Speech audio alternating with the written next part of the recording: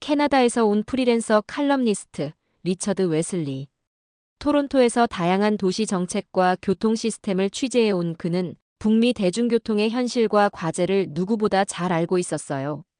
런던의 붉은 2층 버스, 유럽 주요 도시들의 정돈된 교통 시스템은 언제나 그에게 막연한 동경의 대상이었습니다. 반면 자신이 살아온 북미 도시들의 대중교통은 느슨한 시간표와 예고 없는 지연, 불편한 환승 구조가 일상이었죠. 그는 그런 현실을 익숙하게 받아들이며 종종 이렇게 말하곤 했습니다. 이 정도면 괜찮은 수준이지 현실적으로 말이야. 그랬던 그가 2024년 가을 한국 출장으로 서울을 찾게 되었어요. 인천공항에 도착한 뒤 다음 날 아침 처음으로 한국의 시내버스를 타게 된 그날. 짧은 이동이 끝나기도 전에 그는 어느새 휴대전화를 내려놓고 조용히 창밖을 바라보고 있었습니다. 입가에는 알 수 없는 표정이 떠올랐고 한참을 말없이 앉아 있었어요. 그가 대체 무엇을 본 걸까요? 그리고 그 짧은 시간 동안 그의 마음에 어떤 변화가 있었던 걸까요? 그 전에 잠깐 이 영상을 보시는 당신의 1초가 우리 대한민국을 세상에 더 알리는데 큰 힘이 됩니다. 좋아요 버튼 꾹 눌러주시면 감사하겠습니다. 우리가 매일 아무렇지 않게 오르고 내리는 그 버스. 그 시스템이 지금처럼 따뜻하고 편리해지기까지는 수많은 사람들의 보이지 않는 노력과 섬세한 배려가 있었습니다. 그 마음이 더 많은 이들에게 닿기를 바라며 지금부터 우리가 미처 몰랐던 한국 버스의 진짜 이야기를 전합니다. 안녕하세요. 저는 리처드 웨슬리입니다.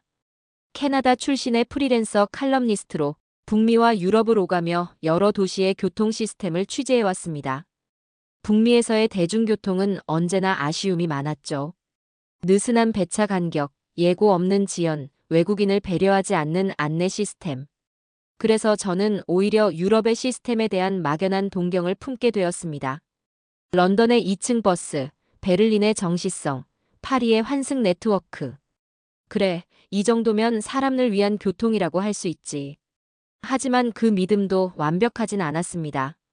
잠시 멈춰 선 누군가를 위한 구조는 유럽에도 잘 마련돼 있었습니다. 엘리베이터도 점자블록도 휠체어 경사로도 빠짐없이 있었죠. 하지만 시간이 흐를수록 저는 다른 무언가를 떠올리게 됐습니다.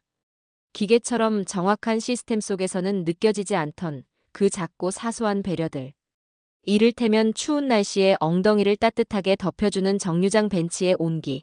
그리고 바쁜 와중에도 승객에게 따뜻하게 말을 건네는 기사님의 인사처럼. 그런 다정한 디테일은 제가 유럽에서 느끼지 못했던 또 다른 배려의 결이었습니다. 그가 서울에서 처음 마주한 건 단순히 시간을 맞춰 도착한 버스 한 대가 아니었습니다. 그건 이 도시가 사람을 어떻게 대접하는지를 보여주는 하나의 장면이었죠. 네이버 지도 앱을 봤더니 도착 예정 시간이 2분으로 표시되어 있더군요. 처음엔 그냥 참고용인가 보다 했습니다. 그런데 정말 2분 뒤 정류장에 버스가 정확히 도착하는 걸 보고는 적잖이 놀랐습니다. 버스를 기다리며 둘러본 정류장은 참 세심했습니다. 바닥에는 점자블록이 깔려 있었고 LED 전광판은 실시간으로 버스 위치와 도착 정보를 안내해주고 있었죠. 버스에 오르자마자 기사님의 인사가 들렸습니다. 안녕하세요. 안전운전하겠습니다. 특별할 것도 없는 한마디였지만 그 순간엔 단순한 환영 인사 이상으로 다가왔습니다. 기계가 아닌 사람이 운영하는 교통수단이라는 느낌이 처음으로 피부에 와닿았던 순간이었죠. 잠시 후 버스가 움직이기 시작했고 곧 자동 안내 방송이 들려왔습니다. 한국어뿐 아니라 영어, 중국어, 일본어까지 함께 나오는 그 음성은 외국인도 길을 잃지 않게 도와주는 조용한 배려처럼 느껴졌습니다. 그는 생각했습니다. 이곳의 교통은 단순히 빠르고 정확한 것을 넘어서 누구나 안심하고 이동할 수 있도록 설계돼 있구나. 그런데 그날 인상적인 장면은 거기서 끝나지 않았습니다. 늦은 밤 막차를 타고 집으로 돌아가던 길이었습니다. 창밖은 이미 어둠이 내려앉았고 버스 안은 차분하고 고요했죠. 그때 천천히 흘러나오는 안내 음성이 들렸습니다. 현재 차량 내부 미세먼지 수치는 양호입니다. 처음엔 그냥 지나치는 멘트인 줄 알았지만 곧 좌석 아래쪽에서 은은한 따뜻한 바람이 느껴졌습니다. 그제야 이 공간이 조용히 사람을 배려하고 있다는 걸 깨달았어요. 그는 마음속으로 생각했습니다. 이건 단순한 편의 기능이 아니라 도시가 시민의 필요를 미리 짚어내고 조용히 채워주는 방식이구나. 버스는 묵묵히 달렸지만 그 안은 누구든 편안하게 머무를 수 있는 하나의 쉼의 공간처럼 느껴졌습니다. 그로부터 몇 날이 지나 퇴근길에 오른 리처드는 또 다른 장면 앞에 잠시 걸음을 멈추게 됩니다.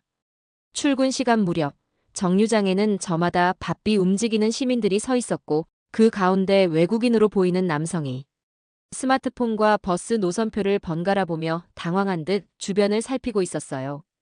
앱 사용이 익숙하지 않았던 건지 어디로 가야 할지 몰라 한참을 망설이던 그 순간 옆에서 기다리던 중년 여성 한 분이 조용히 다가가 말을 건넸습니다. 어디 가시는 길이세요? 도와드릴까요? 외국인은 놀란 듯 고개를 들었고 그 여성은 함께 정류장 노선을 살펴보며 어느 버스를 타야 하는지 친절하게 설명해 주었습니다. 버스가 도착하자 그 여성은 이 버스 타시면 돼요. 여기서 타세요라고 손짓으로 안내했고 외국인은 안도한 표정으로 고개를 여러 번 숙이며 감사 인사를 건넸죠. 누군가에겐 평범한 일상일 수 있지만 리처드는 그 장면을 가만히 바라보며 다시 한번 이 도시가 가진 마음의 결에 감동했습니다. 서울의 따뜻함은 그저 시스템 안에서 작동하는 친절에 그치지 않았습니다. 정류장 위 전광판이나 안내 방송처럼 보이는 배려도 분명 훌륭했지만 그보다 더 깊숙한 곳에서 시민 스스로가 익혀온 사람을 향한 습관이 도시의 품격을 완성하고 있었던 겁니다. 그는 속으로 생각했어요. 아무리 시스템이 잘 갖춰져 있어도 결국 그걸 완성하는 건 사람이구나. 서울은 사람들의 이런 작은 배려들로 마지막 조각까지 채워지고 있었어. 리처드는 그날 이후 서울 곳곳을 버스로 이동하며 서울의 교통이 단지 속도나 정확성만으로는 설명되지 않는다는 걸 조금씩 분명하게 느끼기 시작했습니다. 그리고 그 배려는 도심 한복판에서만 느껴지는 것이 아니었습니다. 서울을 벗어난 외곽의 한적한 마을에서도 저는 잊지 못할 장면을 마주하게 됩니다. 리처드는 서울에서 조금 떨어진 지방의 한 중소도시를 방문하게 되었습니다. 약속 장소는 역에서 제법 떨어진 주택가였고 역 근처에서 마을버스를 타야 했죠. 정류장은 작은 공원 옆에 위치해 있었고 고요한 나무 그늘 아래 벤치 하나가 놓여 있었습니다. 햇살은 부드럽게 비추고 바람결 따라 낙엽이 몇 장 조용히 흔들리는 오후였어요. 마침 도착한 마을버스는 작고 소박한 외관이었지만 버스가 정류장에 멈추자마자 들려온 인사는 낯설 만큼 다정했습니다. 어서 오세요, 김 선생님. 오늘은 조금 늦으시네요. 앞 좌석에 앉아있던 중년 남성이 익숙하게 웃으며 답합니다. 회의가 길어져서 점심도 못 먹고 왔습니다. 그럼 안 되죠. 내일은 꼭 챙겨 드시고요. 버스는 조심스럽게 출발했고 리처드는 조용히 그 장면을 지켜보며 놀라움에 젖었습니다. 불과 10인승 남짓한 이 작은 차량 안에서 기사님과 승객들은 서로의 일상을 기억하고 있었습니다. 그는 북미에서는 한 번도 경험하지 못했던 교통의 온기를 처음으로 느낀 듯했죠. 두 정거장쯤 지나자 아이를 아는 젊은 엄마가 버스에 오릅니다. 기사님은 그녀를 보자 반가운 듯 고개를 끄덕입니다. 윤지 어머님, 오늘은 아기랑 둘뿐이네요. 유치원 끝나고 데리러 가는 길인가요? 네, 좀 일찍 나왔어요. 오늘은 간식 먹는 날이라 빨리 오라고 해서요. 버스 안 승객들은 그 대화를 미소로 듣고 있었고 아기 얼굴을 본 할머니 한 분은 조용히 말을 건넸습니다. 아이고, 손이 어쩜 이렇게 하얘. 꼭 떡 같네. 그 순간 마을버스는 마치 동네 사랑방 같았습니다.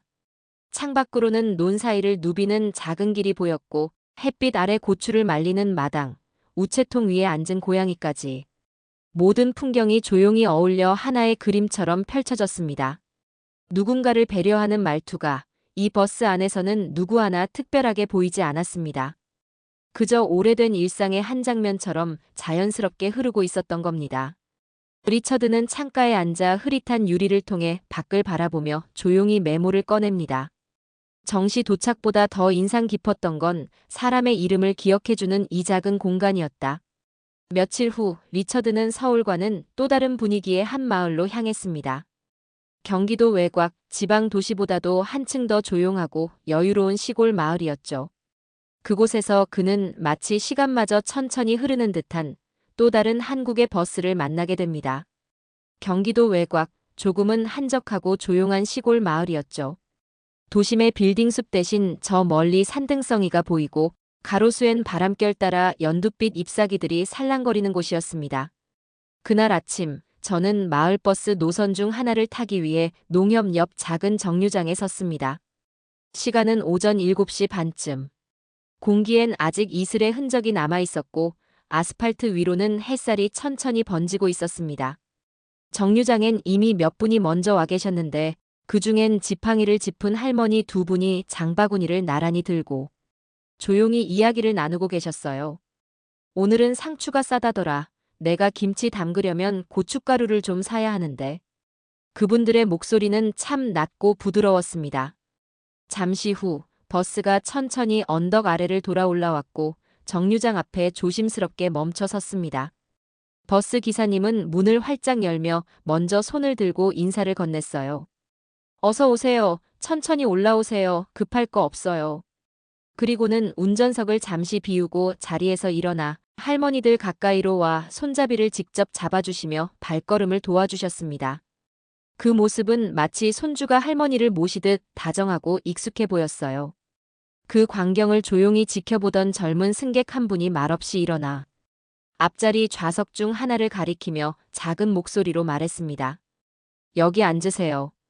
그 누구도 양보합니다라는 말은 하지 않았지만 그 순간 버스 안에는 말보다 깊은 따뜻함이 흐르고 있었습니다. 할머니들이 앉으신 뒤 차가 출발하자 창밖 풍경이 눈에 들어왔습니다. 아직 추수가 덜 끝난 논두렁엔 흰 백로 한 마리가 천천히 걸음을 옮기고 있었고 그 옆으론 아침 볕을 받은 논물줄기가 반짝이고 있었습니다. 버스 안은 고요했지만 그 안엔 분명히 사람을 향한 마음이 흐르고 있었어요. 목적지가 어딘지, 시간이 얼마나 걸리는지보다 그날 그 공간 안에 있었던 서로를 위한 여백과 배려가 참 깊게 남았습니다. 저는 조용히 생각했습니다. 지난번에 그곳만 그런 줄 알았는데 여기도 참 다정하구나. 한국의 교통 시스템이 갖춘 배려는 화려한 설비나 도시의 크기에만 있는 게 아니었습니다. 그건 바로 매일 이 버스를 함께 타는 사람들이 가진 생활 속의 습관이자 품격이었습니다. 누군가를 먼저 생각하는 그 마음이 이 조용한 마을에도 여전히 살아 숨쉬고 있었던 거죠. 사람 냄새 나는 마을버스를 경험한 뒤에도 제 마음 한켠엔 늘 의문이 남아 있었습니다. 서울 같은 대도시에서는 여전히 그런 따뜻함을 느낄 수 있을까? 며칠 후 강남역에서 우연히 마주한 장면은 그런 저의 생각에 조용히 답을 주었습니다. 서울 출장 일정이 중반을 넘어가던 어느 날, 저는 강남역 부근에서 일정을 마치고 버스 정류장에 섰습니다. 퇴근 시간과 겹쳐 거리엔 차량이 많았고 정류장 주변도 조금 분주했죠. 하지만 그 복잡한 틈 사이에도 신기하게 질서 같은 게 있었습니다. 사람들은 서로 간격을 두고 줄을 섰고 작은 말소리조차 조심스러웠어요. 잠시 뒤 제 옆에 조용히 한 남성이 도착했습니다. 전동 휠체어를 탄 중년 남성이었고 그 곁엔 아마 보호자인 듯한 젊은 여성이 함께였죠.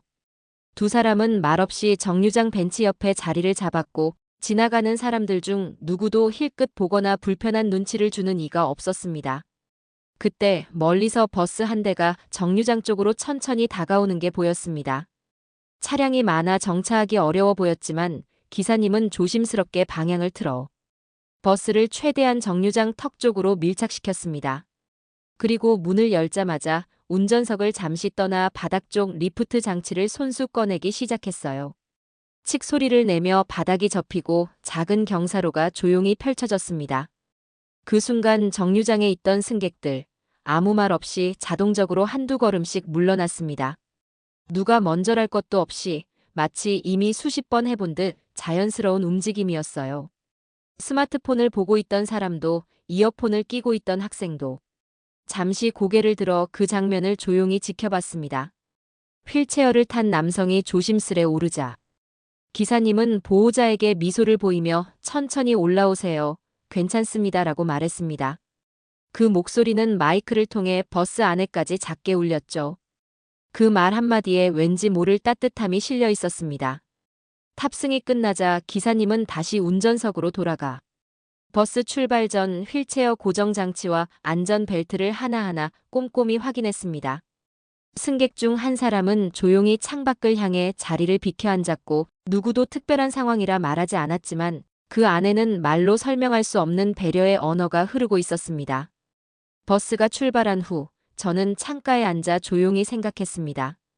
이건 단지 휠체어 리프트가 있다는 기술적 문제를 넘어서 그걸 사용하는데 아무도 주저하지 않도록 해주는 사회적 공감의 구조구나. 그는 자신도 모르게 작은 한숨처럼 중얼거렸습니다. 이건 시스템이 작동하는 게 아니라 사람이 서로를 움직이게 하는 도시네요. 그날 이후 리처드는 버스를 탈 때마다 유심히 살펴보게 됐습니다. 그러던 며칠 뒤 그는 서울 강북의 한 정류장에서 또 한 번 비슷한 장면을 마주하게 됩니다. 이번에는 비 내리는 오후, 그리고 내리는 사람을 위한 배려의 순간이었죠. 리처드는 그날의 풍경을 더 깊은 시선으로 바라보게 됩니다. 그날은 가을비가 부슬부슬 내리던 흐린 오후였죠. 버스 안은 퇴근을 앞두고 조용한 피로가 감도는 분위기였고 승객들은 저마다 창밖을 보거나 스마트폰을 들여다보며 시간을 보내고 있었습니다. 한 정류장에 도착하자 기사님은 잠시 후진 기어를 넣고 버스를 천천히 다시 정렬하기 시작했습니다. 한 번에 멈추지 않고 앞뒤로 두어 차례 조정하더니 정류장 턱에 바짝 붙여 완전히 밀착시키더군요. 처음엔 그냥 습관처럼 정차 위치를 맞추는 줄로만 알았습니다. 그런데 곧 그 이유를 알 수 있었어요. 문이 열리고 난 뒤 뒷문 쪽에서 조심스럽게 휠체어 한 대가 다가왔습니다. 버스 안쪽에 있던 중년 남성 한 분이 조용히 손을 들어 기사님에게 신호를 보냈고 기사님은 곧장 자리에서 일어나 리프트 장치를 작동시키러 걸어 나왔습니다. 칙하고 경사로가 펴지기 시작했지만 비 때문에 바닥이 살짝 미끄럽고 도로 턱이 미세하게 울퉁불퉁했던 탓에 기울기 각도가 약간 불안정해 보였죠. 그걸 본 기사님은 다시 리프트를 접고 버스를 불과 3040cm 정도 앞쪽으로 이동시켰습니다.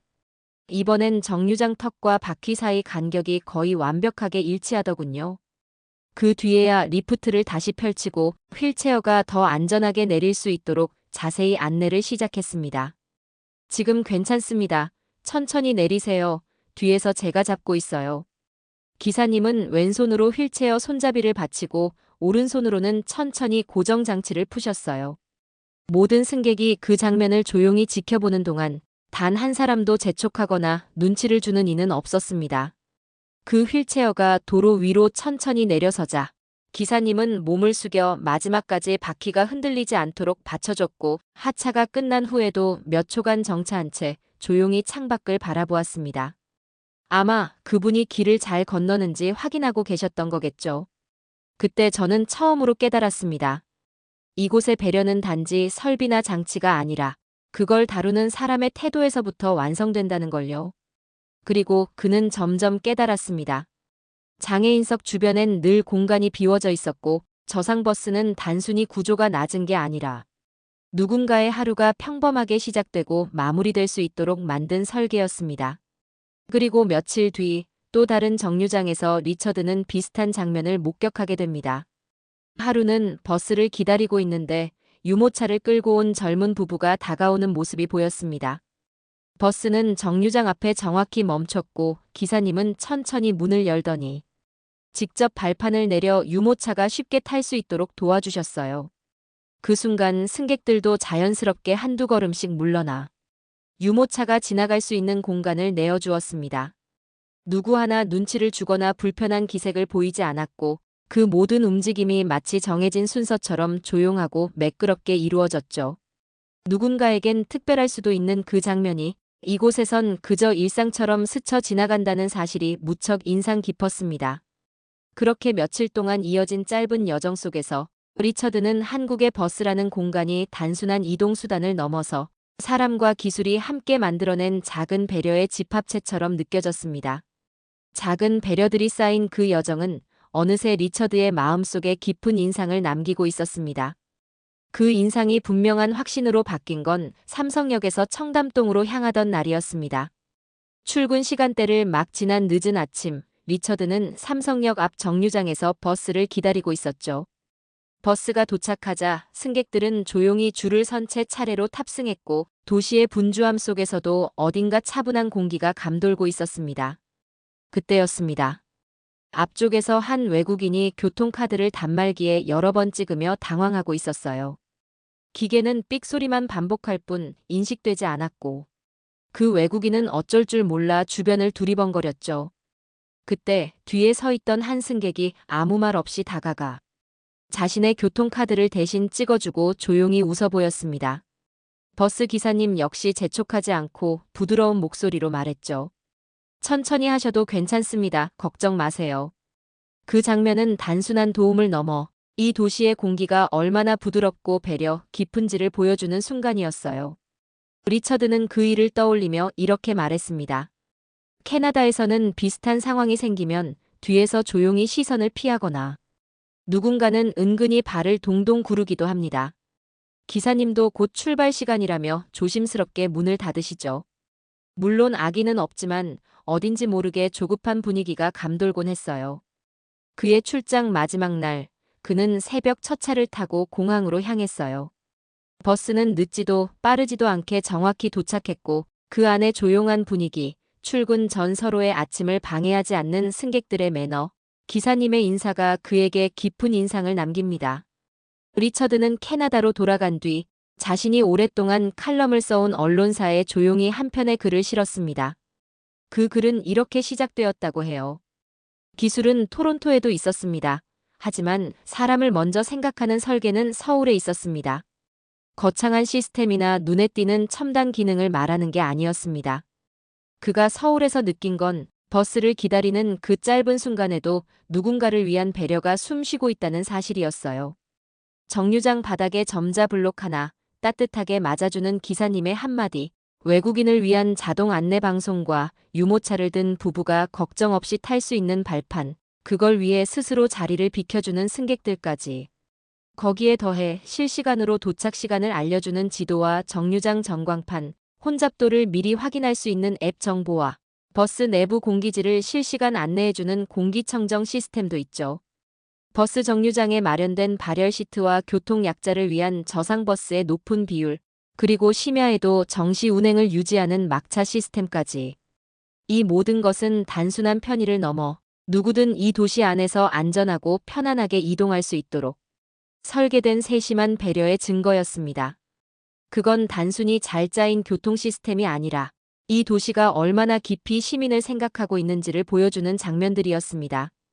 우리가 매일 아무렇지 않게 오르고 내리는 그 버스 안에는 수많은 기술보다 더 중요한 사람을 위한 마음이 조용히 녹아 있었습니다. 빠르게 달리는 속도보다 그 안에서 누구나 안심할 수 있도록 설계된 공간. 그것이 바로 한국이 보여준 진짜 도시의 품격이었습니다. 그리고 그 품격은 오늘도 출근길을 오가는 시민들의 어깨를 조금 더 가볍게, 삶을 조금 더 따뜻하게 만들어주고 있습니다.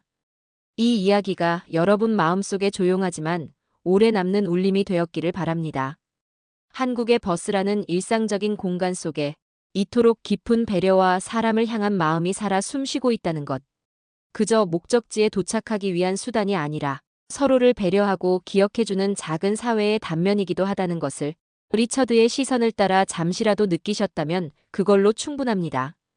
한국 버스의 특별함은 최신 시스템이나 정시 운행에만 있지 않습니다. 누군가를 먼저 생각하는 시선, 자연스럽게 내어주는 자리, 그리고 작은 움직임 속에서 이어지는 따뜻한 일상들. 그 모든 순간들이 리처드에게는 잊고 지냈던 사람 냄새 나는 도시의 풍경을 떠올리게 했습니다. 기술이 아무리 발전해도 결국 도시를 사람답게 만드는 건 태도라는 걸. 조용히 서로를 챙기며 살아가는 이 공간 안에서 그 배려가 계속 이어지기를 우리 모두 함께 만들어가기를 바랍니다. 오늘도 따뜻한 이야기가 마음에 닿으셨다면 좋아요와 구독 부탁드립니다. 여러분의 작은 클릭이 큰 울림이 됩니다.